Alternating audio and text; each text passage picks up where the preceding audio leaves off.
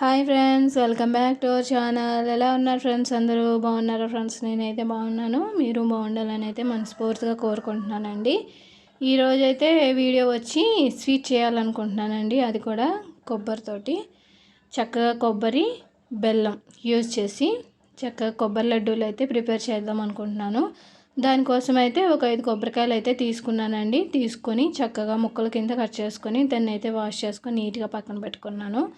తర్వాత ఒక బెల్లం తీసుకున్నానండి. ఒక 2 కప్పులు బెల్లం తీసుకున్నాను. ఒక 4-5 స్పూన్లు అయితే నెయ్యి తీసుకున్నానండి. మామూలుగా మీరు కొబ్బరిని తీసుకోవచ్చు, అంటే కూర కింద తీసుకుంటారు కదా, అలా తీసుకోవచ్చు. కానీ నేనైతే ఇక్కడ మిక్సీ పట్టేసి ప్రిపేర్ చేస్తున్నానండి. ఇక్కడ నేనైతే మిక్సీలో వేసేసుకుంటున్నానండి మొత్తం కొబ్బరి ముక్కలన్నీ కూడా. అంటే మరీ ఎక్కువ మెత్తగా కాకుండా కొంచెం కొబ్బరి ముక్కల్లాగా బరగబరగ్గా ఉండేలాగా అయితే మిక్సీ పట్టుకుంటున్నాను. అలా చేయటం వల్ల ఏంటంటే మనకి లడ్డూలు తిన్నప్పుడు మనకి మధ్య మధ్యలో ముక్కలు కూడా కలుస్తాయి కాబట్టి చక్కగా తినడానికి చాలా బాగుంటాయండి. అందుకని ఇలా ప్రిపేర్ చేస్తున్నాను.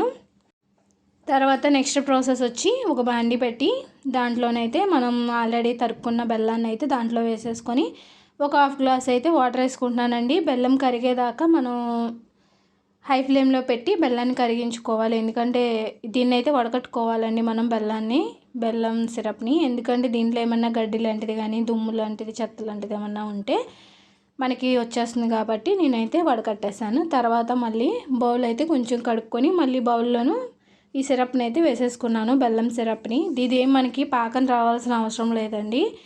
పాకం అవసరం లేకుండా మనం బెల్లం సిరప్ని వేసేసిన తర్వాత మళ్ళీ ఒక్కసారి ఒక పొంగు వచ్చేదాకా ఉంచుకుంటే తర్వాత దీంట్లోనూ మనం ఆల్రెడీ మిక్సీ పట్టుకున్నాం కదండి కొబ్బరిని, దాన్ని అయితే దీంట్లో యాడ్ చేసేసుకుందాం. చేసుకున్న తర్వాత ఒక్కసారి మొత్తం మనకి బెల్లం సిరప్ అంతా కూడా మనకి కొబ్బరికాయకి కలిసేంత వరకు కూడా ఒక్కసారి అయితే గరిటెతో కలుపుకోవాలండి. మీరు కావాలితే బెల్లాన్ని మామూలుగా ముందుగా నేతిలో ఫ్రై చేసుకొని తర్వాత దీన్ని చేసుకోవచ్చు. కానీ నేనైతే అలా ఏమీ చేయలేదండి, డైరెక్ట్గానే చేసేస్తున్నాను. ఎందుకంటే మనకి ఎలాగో ఆ సిరప్లోను మనకి కొబ్బరి అనేది మగ్గుతుంది కాబట్టి నేనైతే దీన్ని మళ్ళీ సపరేట్గా ఫ్రై అనేది ఏమీ చేయలేదు ఫ్రెండ్స్.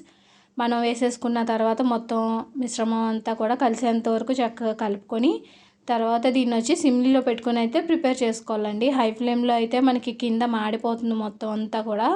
అలా కాకుండా సిమ్లీలో పెట్టుకొని మొత్తం అంతా బెల్లం పాకం అంతా కూడా మనకి కొబ్బరికాయకి బెల్లం పాకం అంతా బాగా పట్టేంత వరకు మనం సిమ్లీలో పెట్టుకొని మగ్గించుకోవాలి. కొబ్బరిలో ఉండే వాటర్ అనేది కూడా బాగా వింకిపోవాలండి మనకి.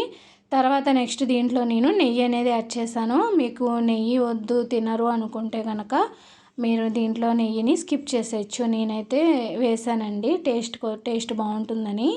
వేసిన తర్వాత మళ్ళీ ఒక్కసారి అయితే కదుపుకోవాలి. చూసారండి, మనకి ఇంకా అవ్వాల్సి ఉంది మనకి ఇంకా అని, అంటే పాకం ఇంకా ఉంది ఫ్రెండ్స్. మనకి అదంతా కూడా ఈ కొబ్బరికాయకి బాగా పట్టేంత వరకు కూడా సిమ్లీలో పెట్టుకొని గరిటెతో అయితే కలుపుకుంటూ ఉండాలి. అంటే కింద మాడిపోతుంది కదా ఫ్రెండ్స్, అందుకని మాడిపోకుండా మనం ఒక 1 మినిట్కి కలుపుకుంటూ ఉండాలండి.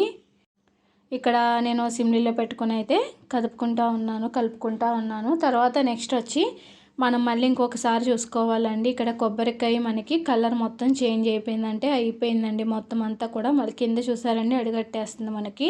అంటే పాకము అంతా కూడా మనకి కరెక్ట్గా మనకి కొబ్బరికాయకి బాగా పట్టింది. ఇంకా ఇలా అయితే సరిపోతుందండి. మనకి కలర్ కూడా బాగా చేంజ్ అయిపోయింది కాబట్టి ఇంక మనం గ్యాస్ స్టవ్ అయితే ఆఫ్ చేసేసుకోవచ్చు. ఇంకా తర్వాత దీన్ని మనం కొంచెం వేడిగా ఉన్నప్పుడు, అంటే మరీ ఎక్కువ వేడి కాకుండా కొంచెం లైట్ వేడిలోనే మనం వీటిని ఉండల కింద చుట్టేసుకోవాలి. లేదంటే మామూలుగా ఒక బౌల్లో వేసుకొని స్పూన్ వేసుకొని కూడా తినేయచ్చు. కానీ ఇలా ఉండలు చుట్టుకుంటే పిల్లలకి నచ్చుతుందండి. అంటే వాళ్ళకి తినడానికి కొంచెం ఇంట్రెస్ట్ చూపిస్తారు కదండి. చాలామంది కొబ్బరికాయ పచ్చళ్ళు ఇలాంటివి చిన్నపిల్లలు అయితే తినరు. ఇలాగ మనం స్వీట్ కింద చేస్తే పిల్లలకైతే చాలా బాగా నచ్చుతుందండి. ఖచ్చితంగా అయితే తింటారు. దీంట్లో మీరు ఇంకా జీడిపప్పు, పల్లీలు నేతిలో ఫ్రై చేసుకుని దీంట్లో వేసుకుంటే ఇంకా బాగుంటుంది. కానీ మా పిల్లలు అయితే తినరు కాబట్టి నేనైతే దీంట్లో పల్లీలు, జీడిపప్పు అనేది వేయలేదండి. మీరైతే వేసుకోండి, టేస్ట్ అనేది చాలా బాగుంటుంది. నేనైతే ఇక్కడ లడ్డూల కింద అయితే చుట్టేస్తున్నాను. మొత్తం అన్నీ కూడా ఇవన్నీ చూసారండి, మొత్తం అన్నీ కూడా చక్కగా లడ్డూల కింద అయితే నేను చుట్టేసాను. చక్కగా జ్యూసీగా చాలా బాగుంటాయండి పిల్లలు తినడానికి. చాలా బాగుంటాయి, సూపర్గా ఉంటాయండి. చాలా స్వీటు అన్నీ కూడా నాకు కరెక్ట్గా సరిపోయినాయండి. చాలా బాగా వచ్చినాయి ఫ్రెండ్స్.